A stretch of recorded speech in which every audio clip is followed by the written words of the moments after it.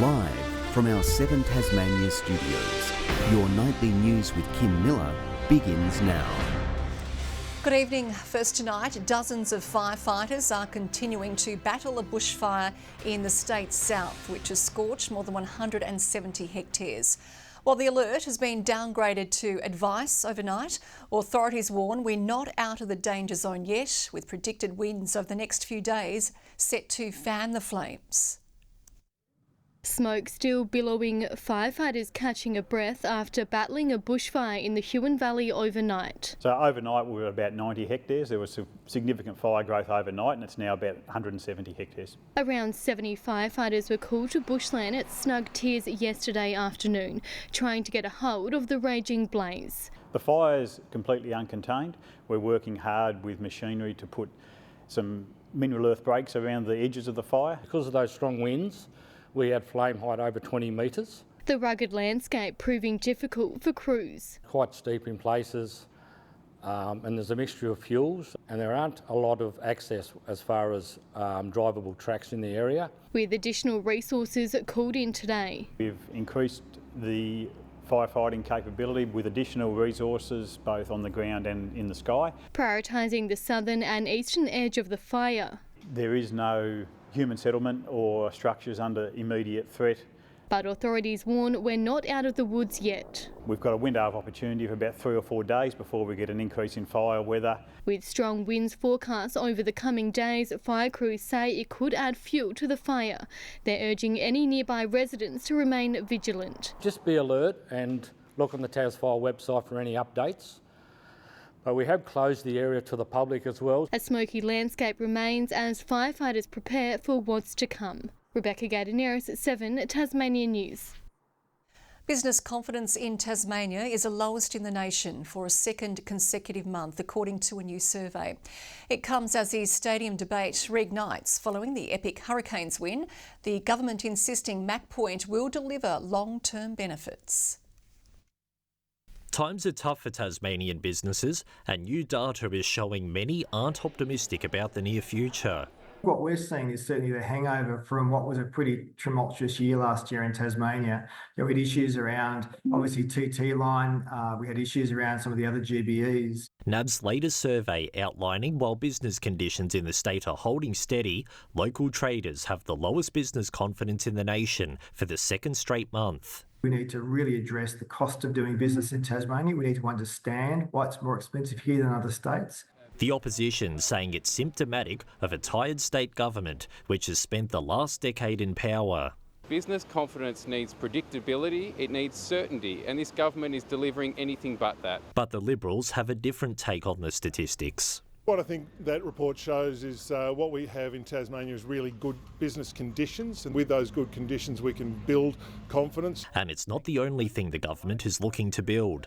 The Premier yesterday saying the Big Bash final at Bellerive would have been better at the proposed Mac Point Stadium, and the Sports Minister agrees. What it proves is that we need a larger stadium because we have events like that every year on the calendar that will be sold out. But not everyone else does. I do wonder whether it's something that we can afford. It's time for the state to look more broadly at other options. I just think that was a little bit cheeky when, of course we're going to get the numbers of a BBL final when we've been waiting 14 years to be in one. Anthony Dodd, 7 Tasmania News. Right to information documents obtained by the Greens have revealed 5 protected forests could face the chopping block. The party is urging the Resources Minister to disclose which sites have been identified by the Environment Department in December to be looked into. 15 months. The climate is changing rapidly. We have to protect the native forests that we have. The government says it's continuing to work through what forests could be used after promising 40,000 hectares of land to the forestry industry before last year's election.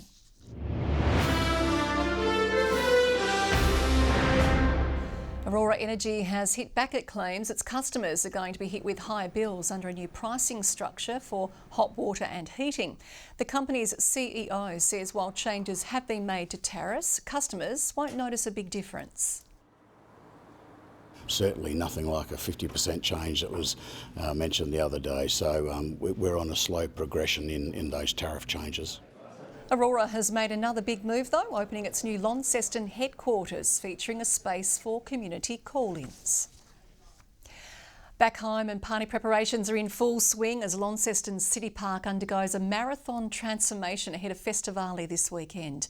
Not only has the event already set a new ticketing record, patrons will swelter through the hottest temperatures in years.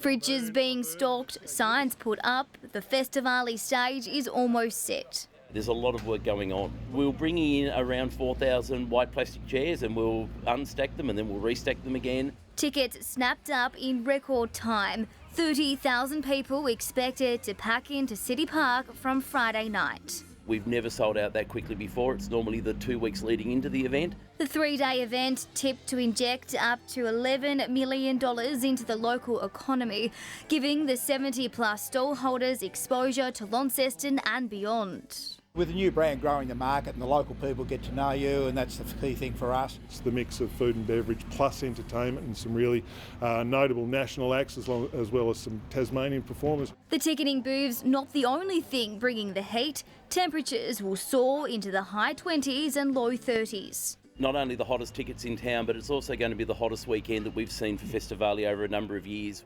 Organisers confident they have the cooling off plan sorted. Bring your empty water bottle. We've got plenty of water refill stations for free water at the event, and we'll have a whole range of chilled, non-alcoholic and alcoholic drinks. About 800 slushies is what we're aiming for this year. We did 600 last year and we upped it a bit because we thought it's going to be very, very hot. And anyone on the hunt for a last-minute ticket is being served a last-minute warning. We've got an official ticket reseller, Ticksell, but we do warn people to be very careful about scammers. Victoria Risto, 7 Tasmania News. Well, around a quarter of Tasmanian hotel rooms were vacant last year, according to the Hospitality Association's annual occupancy report. The statewide rate was just over 73%, slightly lower than the previous year. The Northwest was the worst performing region, with 58% of rooms filled. The THA says the figures stem from a tough winter, but the sector has shown resilience. Residents at a Tasmanian aged care facility are being put through their paces, cycling around the world through some of the world's greatest cities. They're using exercise bikes and visual technology, pedalling their way into a more active lifestyle. Joan may be 93, but she's certainly not slowing down. I used to be called Speedy Gonzales. I want to be that again. And that she is, clocking over 100 kilometres on her bike over the last 3 weeks. It makes you feel good. You feel I can still move a bit. Her pedal power is part of Aged Care Facility One Care's Motive You Bikes program, giving residents the chance to cycle around the world, all from the comfort of her aged care home. Bikes themselves allow residents to travel all across the world and to enjoy those experiences that perhaps they haven't been to for a long time. The program also helping to stimulate memories, with residents sharing stories of their favourite holidays or homes from their past. Beautiful. Just beautiful. Of course, I come from there, see. I might be biased, but there's no place like Sydney.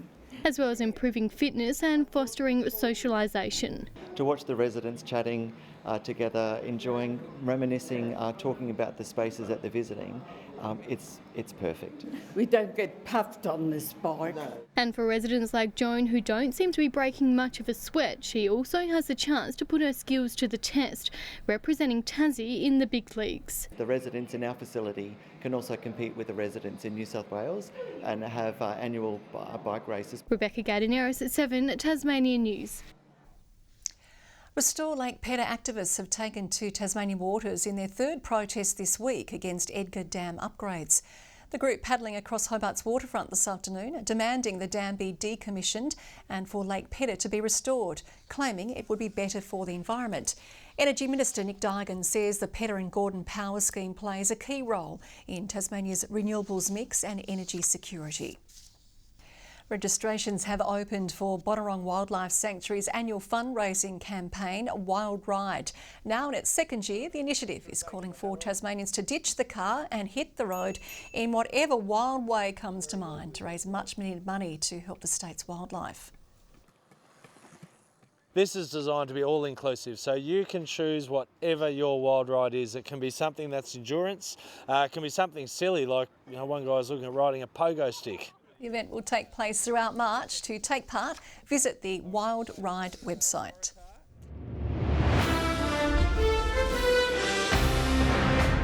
And the Jack Jumpers aren't letting injury worries let finals hopes slip from their grasp. The Ant Army's confident forward Majuk Deng could make an early return from injury as they look to break back into the top six. With back-to-back games, there's still got to be, which one do we play him in and how does that play out? So I think it'll be a game time decision. His teammates are keen to have him back as they face first place Illawarra Hawks tomorrow. The job's looking good, man. Definitely looking forward to having him back out there with us. Tasmania then takes on Melbourne United on Saturday. Good evening. Hobart and Burnie 21 degrees today. Launceston and Ouse the warmest 25 and Devonport 22. Things kicked off this morning with a -2 at Lyowini. Most temperatures later in the day sitting just below average. Smithton and Grove 23, Friendly Beaches 22, Flinders Island 21 this afternoon, Low Head, St Helens and King Island all 20, Strawn a high of 18. No rainfall to report today as patchy cloud passed over the state. Low-level cloud south of the Bight is being directed onto the southern coastline and apart from the north of the country, mostly clear skies over the nation. Tomorrow the high remains over the Bight as troughs dominate the mainland. Light and variable winds over our east tomorrow with west to south westerlies elsewhere, increasing later in the day to 25 knots over the north and south. Hobart 22 and a possible shower for Cygnet as well, 23 the maximum and 23 the high for New Norfolk. Launceston fine, partly cloudy and 27 degrees, 24 for Devonport, partly cloudy for Campbelltown with 24 the maximum. Sunny for Burnie, 23, 20 the top for Strawn, chance of a shower there and 23 the high for Smithton. And St Helens tomorrow, 21 degrees and partly cloudy, up to 23 for Swansea. A shower maybe for Fingal, 50-50 chance there, 22 the top. On Friday, mostly fine and sunny, a possible shower over the west. The weekend is looking great, fine and mostly sunny on Saturday, and on Sunday light winds and a hot day inland, Hobart 27, Launceston looking at 34. 38 and sunny tomorrow in Perth, fine and sunny in Adelaide, a cloudy day for Melbourne, a shower forecast for Sydney, 26 there, partly cloudy and 31 in Brisbane. Partly cloudy and 17 right now in Hobart. Launceston 21 and currently in Devonport 19. Steve Smith, 10,000 test runs. Good on you, Steve. But a lot of people saying he's the best since Bradman, Kim. But of course we know the best since Bradman is Ricky Ponting. You got that right. Thank you, Murph. And that is all your news for now. I'll be back later with updates. Thanks for joining us. Good night.